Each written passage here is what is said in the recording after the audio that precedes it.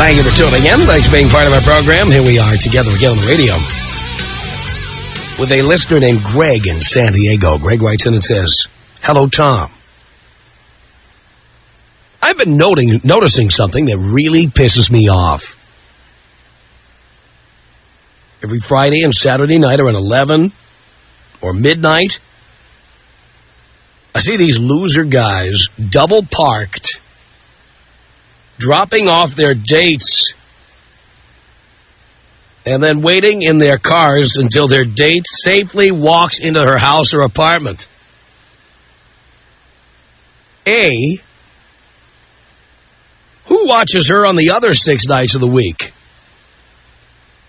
B, if you are not man enough to seal the deal or she blew you off, then why should you effing care if she gets home safely?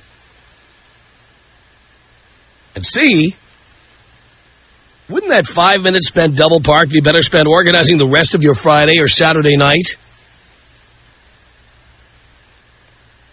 That's Greg in San Diego. And I think Greg is absolutely right. If she doesn't put out, why would you even take her home? My suggestion to you would be to tell you somewhere else you have to be. Take her to a taxi stand. Give her the phone number for the cab company. Or just bolt. If you were expecting to get some and you didn't get some, why do you care if she gets home? Mr. Chivalry? Sir Walter Raleigh, why do you care? I think Greg makes a very good point here. And there are women who they actually freak out if you don't watch to see if they got home. You'll take them home and then stay there and wait by the curb. What does she do when she comes home from work? Hell, daylight savings time is over now. It's dark at 4:30, 5 o'clock in most of the country now. When she gets home, it's dark. When she dates other guys, she comes home in the dark. When she goes out with the girls, it's dark.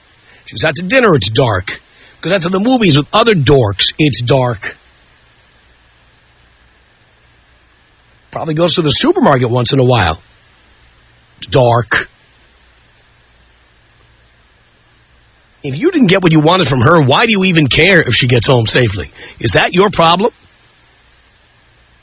Why waste your time?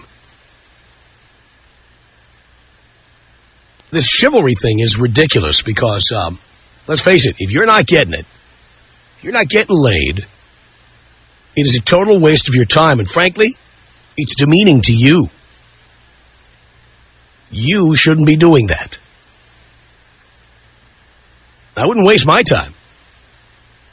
I'll tell you what, if you play tease with me and then I go out with you and you're like, well, good night, you do that, I really don't care where you end up. I couldn't care less. If I just spent money on drinks or dinner or whatever, and I mean the $40 worth, if I don't get what I came for, I don't care. I don't care what happens. And honestly, I don't think there's much to worry about because you're a big girl. You know how to get home safely. You probably got that little can of mace or pepper spray or whatever. It's your problem the rest of the time. Why should I sit around and wait for you? One final humiliation after you've turned me down? Waste of my time. Demeaning to me. I think that Greg makes a lot of sense. Don't you? Tom Leykis. Woof. Tom Leykis. Woof. 800. 500. Tom. What's the good word today? Boobs. Boobs are back. The Tom Leykis Show.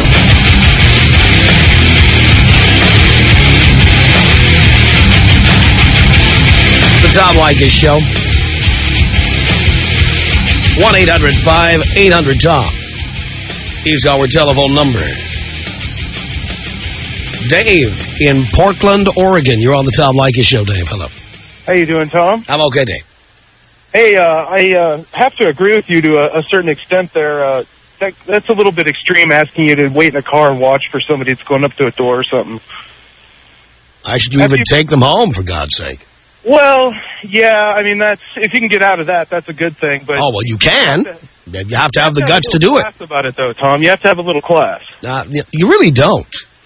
Well, because if you're not going to see this person again, well, if you're hoping to let her know that she really does not have this option of just bailing on you, this is really the best way to do it. You're very right in, establishing a policy of, you break the deal, it's done. But, you shouldn't just completely destroy the bridge if there's still a chance to tread over it. I'm not saying to destroy the bridge. I'm just simply saying that you tell her you have somewhere else you got to be. Oh, yeah. If you can get out of it, that's the best. In fact, the best thing to do is to have her meet you in her car somewhere. Yeah. And if she doesn't, well, you just got called away and it's an emergency. Yeah. That's the one good thing about pagers. You don't have to explain it and have a long conversation. Oh, cell phones, text messages. There's a million ways to do it. The great thing, try this one. Text message yourself. Uh-huh. Send yourself a text message. You can even show it to her. Oh, look at this. This is important. Sorry. I got to go. They called in another doctor. I need to go and supervise. Yeah, absolutely. And when she asks why it's coming from you, you say, well, you've got 2 cell phones, and one of them is in your office, and your secretary used it to page you. Excellent, Tom. And get the hell out of there and let her take her own cab home. You are my God, Tom. Take me out of the bong rip. Here you go, Dave.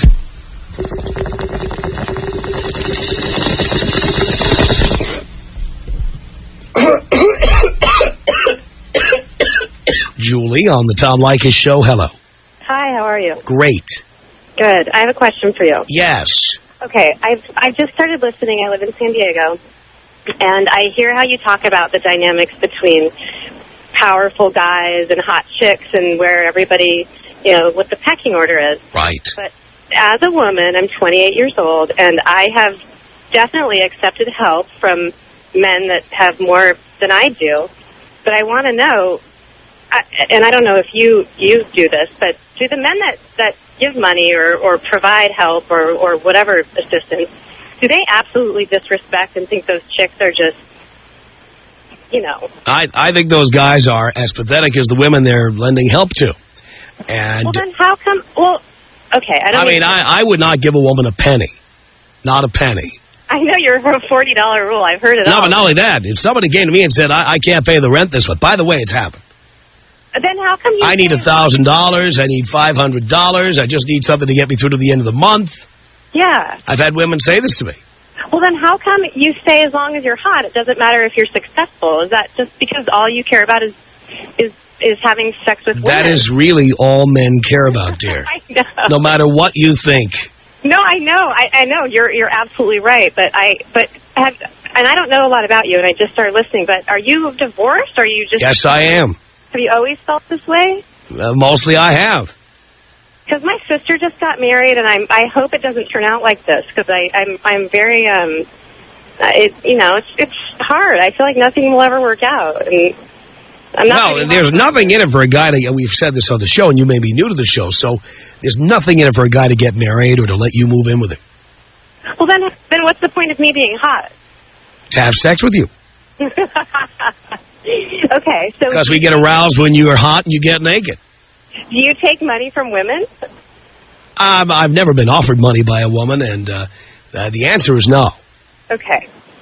So I just wanted to know from you, because you're very... How often do women are the cheapest creatures on earth? Now, you may be the exception to the rule, but generally speaking, women are cheap. That's why they have to have ladies' night at clubs. I heard this whole spiel the other And you know it's true.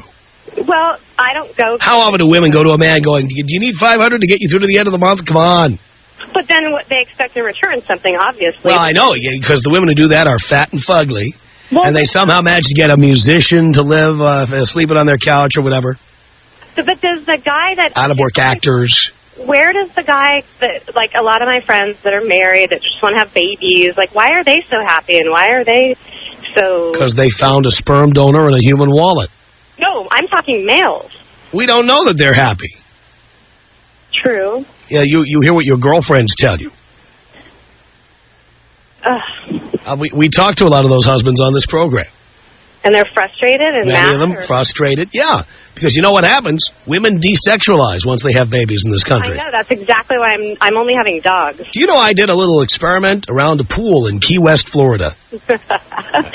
I was sitting with my girlfriend at the time, and we were looking around the pool, and I said, take a look around. I bet I can tell you which women are married and which ones aren't. She said, how? I said, well, first of all, let's take it that the women who are married will be wearing a ring. All right? So that's how we'll confirm it, rather than asking around. You look around this pool. Every woman whose hair is chopped off and who could stand to lose 10, 20, 30 pounds has a ring. Every woman with long hair who's in great shape has no ring. Ready, go. But what do you think they're looking for? What do you mean? What is who looking for? The women with no ring and long hair. They're looking to meet a guy who will sire their children so they can cut their hair and chunk up.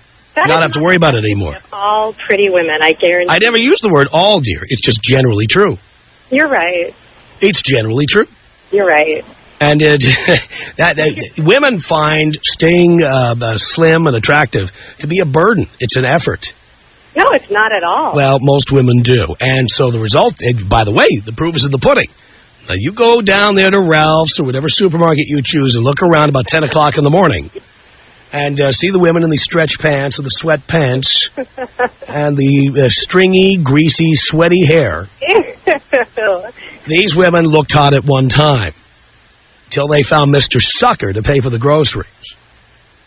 So what's the solution then for men to hold out and try to avoid getting married for as long as possible? What about for us chicks? Just hang out and have fun, and like you say, like there's nothing wrong with just skipping dinner altogether. Well, I tell women in this country, women are bitches in this country, and I of course there are exceptions to every rule, dear, but I tell them, if you want to have a happy relationship, hair long, body slim, dinner on the table, socks folded. And no expectations. Well, that's the expectations of the man who's paying your bills. Oh, okay. You see, and women seem to think this is just a free ride, Oh, it's not. But they believe that in many cases. They think that, now I'm married, so now I don't have to look good anymore. And then their husbands hate them. They never get to have sex. They hate each other for the rest of their lives. Well, that's why the divorce rate in Southern California, Julie, is 2 out of every 3. Are you ever going to get married again? Well, you don't know this, but I've been married and divorced 4 times, dear. Oh, my Lord. All right, but the bottom line is, even though there's no benefit for me to do it, every time I said I would never do it again, I did it, so I'll never say never. But I will say that if I do it, somebody should just put a bullet in my head because it doesn't make any sense. There's nothing in it for me to get married. Nothing. Nothing.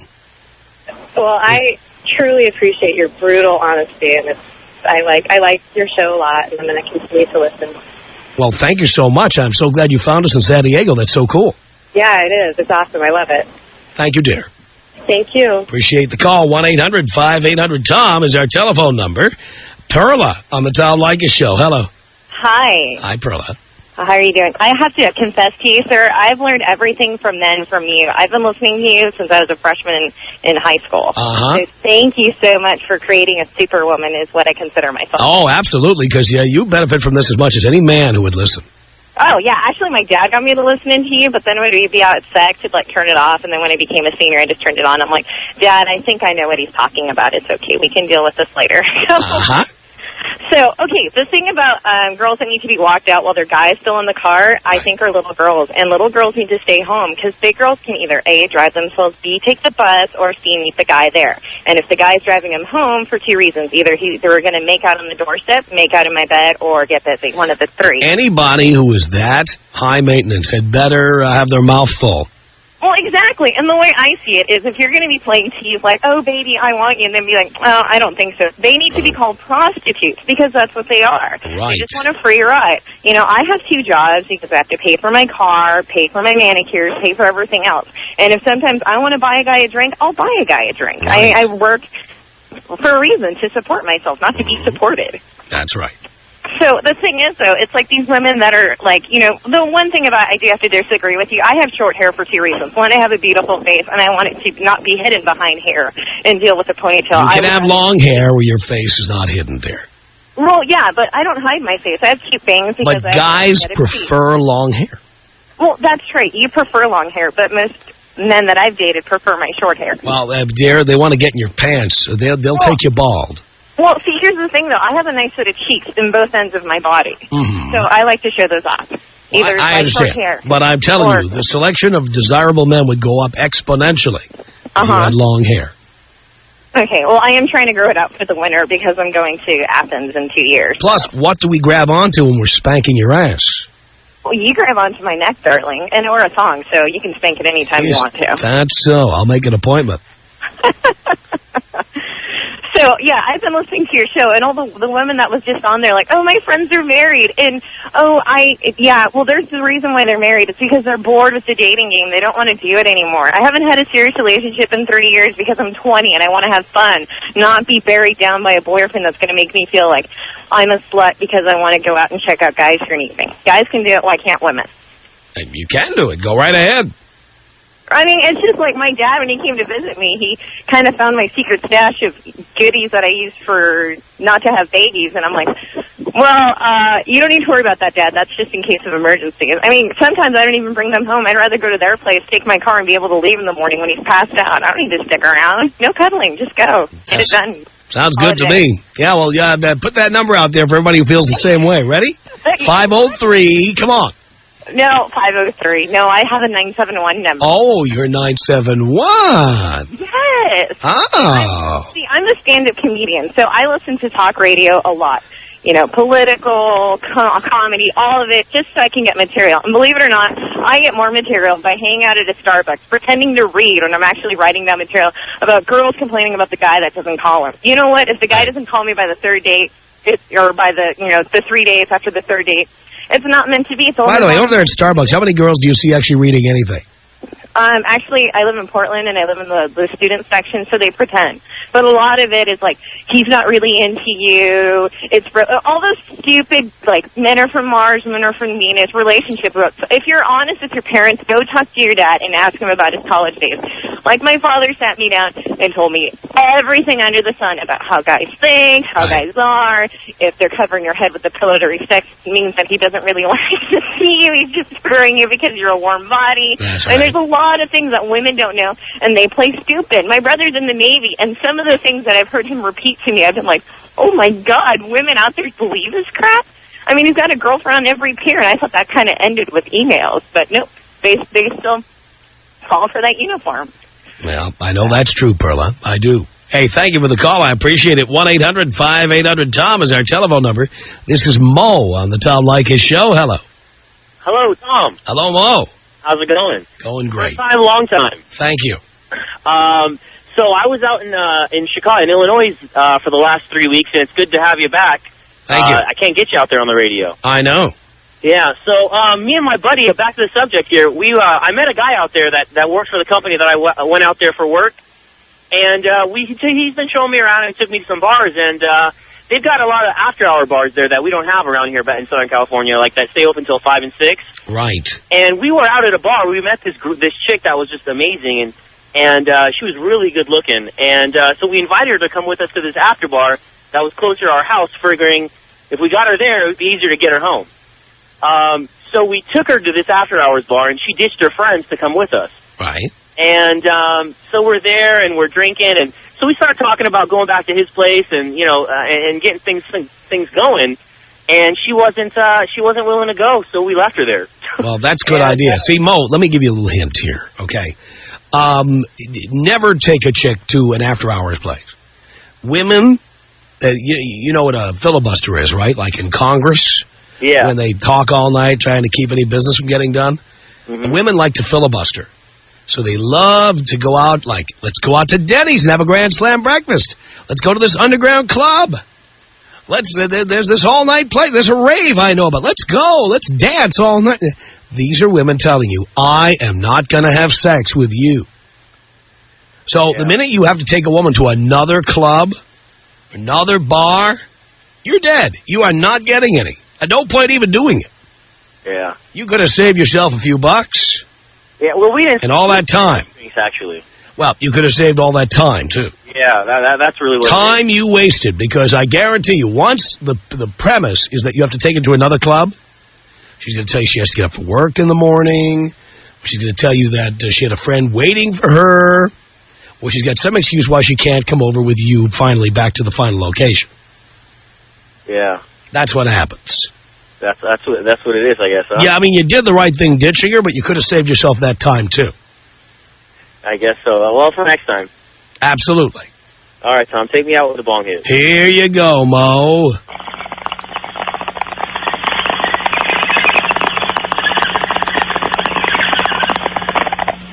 Thank you, Jesus. John on the Tom Leykis Show. Hello, John.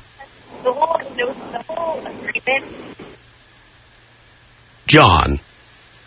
Disappeared at the last minute. Heather on the Tom Leykis Show. Hello. Hi, Tom. How are you? Great. Great. I listen to you all the time, and there's times when I switch you off, which I have the right to do, of course, and you encourage that as well. Just that, when women get married and they cut their hair, they gain weight, that isn't always. No one used the word always or the word all. It's generally true. Okay. Right, next time you're over there at, Pavilions, where do you shop there? I shop at Albertsons. Albertsons, right. I want you to go to Albertsons. Do you work a day job there? Yes, I do. All right. If you ever get a day off, or if you ever, it could be Columbus Day or some day like that, go to Albertsons at 10 o'clock in the morning. And instead of just shopping and filling your basket with stuff, look at the women in the store. And you tell me how many 9s and 10s are in that store. In fact, how many 8s, 9s, or 10s are in that store. Or how many 8s, 9s, or 10s are in the store and not wearing sweatpants or no makeup. Now, I'm telling you, sure, there are exceptions to the rule. But there aren't many, because they're exceptions. And you know what? And of course, there are exceptions with men who, when they get older and they get married, they don't try to keep themselves up. But by the way, most men don't keep themselves up. But the reason is because most men pay the majority of the bills. So this is the little tax that women have to pay.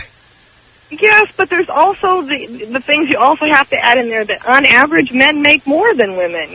But men make more than women for a reason. Okay. A number of reasons. One is men have riskier jobs, and more physically demanding jobs, more dangerous jobs. Men also show up to work every day, 5 days a week for 40 years. And we have no choice. We work until we're dead. We don't have maternity leave or sabbaticals or flex time, telecommuting, or any of that stuff. Well, I'm sure some of that is true, but you also don't. That is why women earn less. It is not because women are being discriminated against. Well, I wouldn't necessarily agree with that. Well, there's a whole book about it by Dr. Warren Farrell. I recommend you read it. Okay. Dr. Warren Farrell. Look him up on Amazon.com. Read his book. Okay. All the facts, all the statistics are in there. Mm-hmm. By the way, Dr. Warren Farrell, who's been a guest on this show, was a former member of the National Organization for Women. And for many years called himself a feminist. Okay. He did the research. He's a Ph.D., dear. Read the book. Now, I know being a younger woman, you probably don't crack open a book very often unless it's a romance novel or a murder mystery or something. Again, a generalization doesn't fit this. I see. What was the last nonfiction book you read, darling? Well, I went to grad school, so I read quite a few. How many years ago was that? I just finished grad school in August. Why did it take so long? What? I served military for a couple years in my country. Went to school for 5 years. I'm 31, so there was a couple of years that I was a dancer. I was a stripper. You were a stripper. Okay. Yes, I was. So name the last nonfiction book you read, dear. Let's see. Fast Food Nation. Really? Author? Excuse me? I don't know the name of the author. Well, that is a book, and I read it myself. It's a pretty good book. All right. Well, you should read this book, the one I'm telling you about. Okay. It's a deal. Just want you to know that there are... Do you remember the name of the author? Women like myself. Do you remember the name of the author of the book? Dr. somebody. F somebody. How are you going to look the book up if you don't know the name of the author? Because you have no intention of reading the book. That's why. You're probably right. There we go. Huh? And That's probably why you're doing a radio station and I'm not. And that's why you called me. Well, I don't believe that. The statistics are available in a book. They're all in one book, and you can find them. But so you're real quick to call in and say you don't believe my statistics. Then when I tell you where to find the information, that it's documented, you have no interest in looking it up. But you will have to. Hopefully you'll agree with me when you realize that there are different research. You can go to different. There's all kinds of studies that are quoted in this book. It's written by a PhD who was a member of the National Organization for Women. But you can slant statistics any way you want. Well, yeah, then what? Then I obviously, how can we have it? First, you say you don't believe statistics. Then you say they can be slanted any way you want. So if the statistics said what you believe, then you would be quoting them to me. But since they don't, when the statistics say that, I have challenged women to call in and prove that they are being discriminated against in terms of pay. That they do the same job, have the same experience, and the same education as a man. No woman has ever proved it to me. Ever. And just out of curiosity, why do you think they teach it in colleges, that women, on average, are because women's studies department are populated by hardcore, truck-driving diesel dykes who are there to indoctrinate young women. That's who's teaching those courses. So you think they just make it up just because they want to... Oh, please, dear. College campuses are the most politically correct places in America. Uh-huh. Yes. And any man who dares go into a classroom and say some of the things I say, they'll hold a tribunal. Oh, you're probably right. That's why. They probably wouldn't even let you in the building. That's my point. But they can't keep the radio out of the building. I'll tell you what, we get into a lot of dorm rooms there. Well, I always enjoy listening to you, and I appreciate your time, Tom. As well you should, dear. Tom. Really? Tom Leykis. 1-800-5800-TOM. If I'm getting laid, I don't want to know I'm loved. If you love me, how about you keep that thought to yourself? The Tom Leykis Show.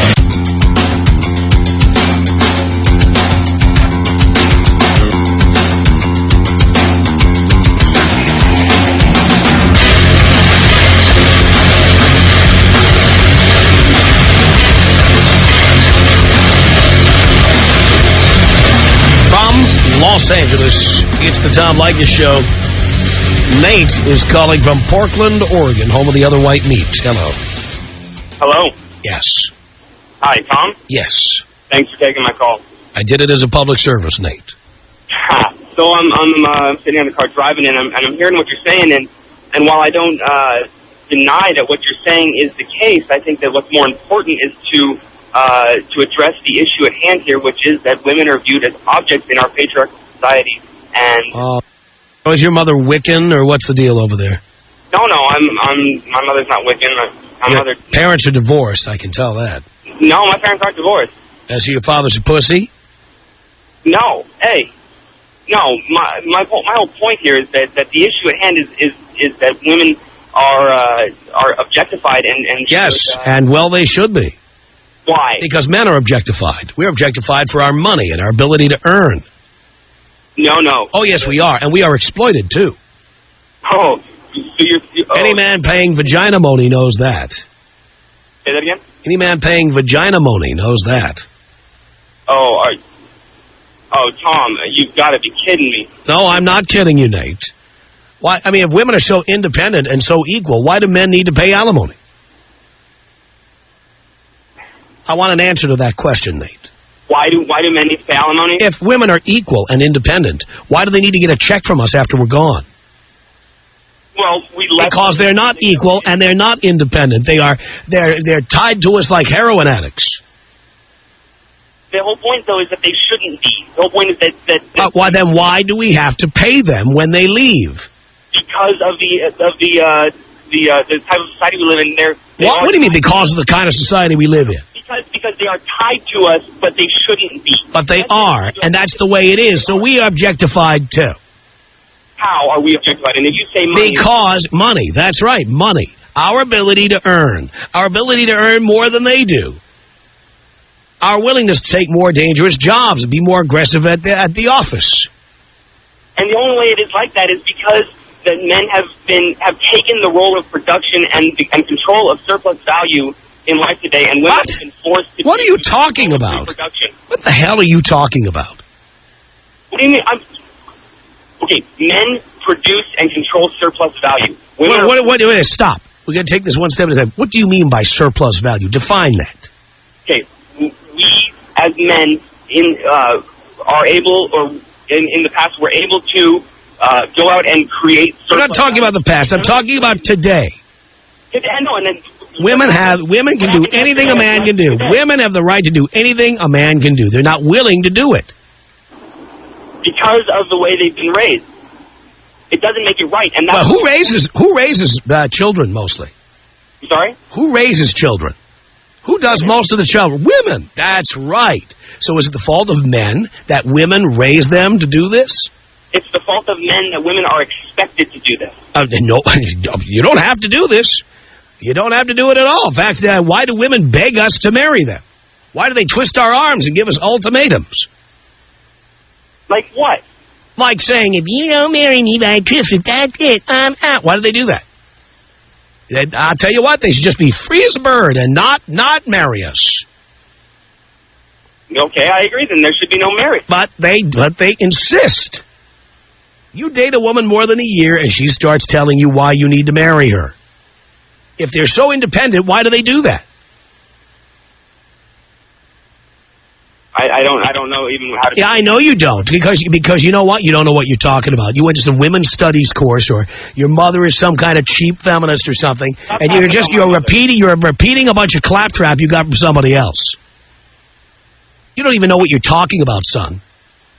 Oh, and you are part of the problem in this... Oh, no. I'm part of the solution. What are you proposing? I am proposing that men not give money to women, that men not get married to women, that men not give their key to their apartment or their home to a woman, and let those women be independent, free as a bird, on their own. Let's see how equal they are. Okay, so do that, but then make the rest of the lives of women and men equal as well. No. Again, nobody has to give it up to me. Nobody has to give me sex. Nobody has to come live at my home.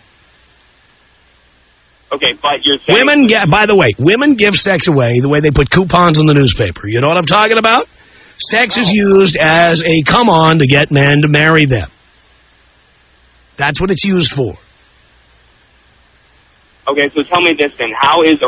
Why is eroticism today merely that which arouses a man? If women want to create their own eroticism, they're certainly welcome to do that. And what would that look like? What would that be? Son, it's no accident that a vagina is shaped like a wallet. It would be the other way around. For a woman, an orgasm would be a vagina stuffed with $100 bills. That would be erotic. Well, I'm so glad I don't know the women that you're talking about. You do know the women I'm talking about, son. They're all around you. And in Portland, there's a lot of pork. Yeah? Yeah. And why is there porn? It's surely for the enjoyment of men by objectifying women. Again, men are objectified as much as anybody else. There's no... Nothing is... Again, if women were not objectifying men, they would not ask us what we do for a living when they meet us. They would not refuse to sign prenuptial agreements. They would not demand alimony and child support from us. They do it because they're not equal. And they're not independent either. And that right there is the issue at hand. It's not our fault. These ladies want to go get a job and work every day, 5 days a week for 40 years. They certainly can, and no one's going to stop them.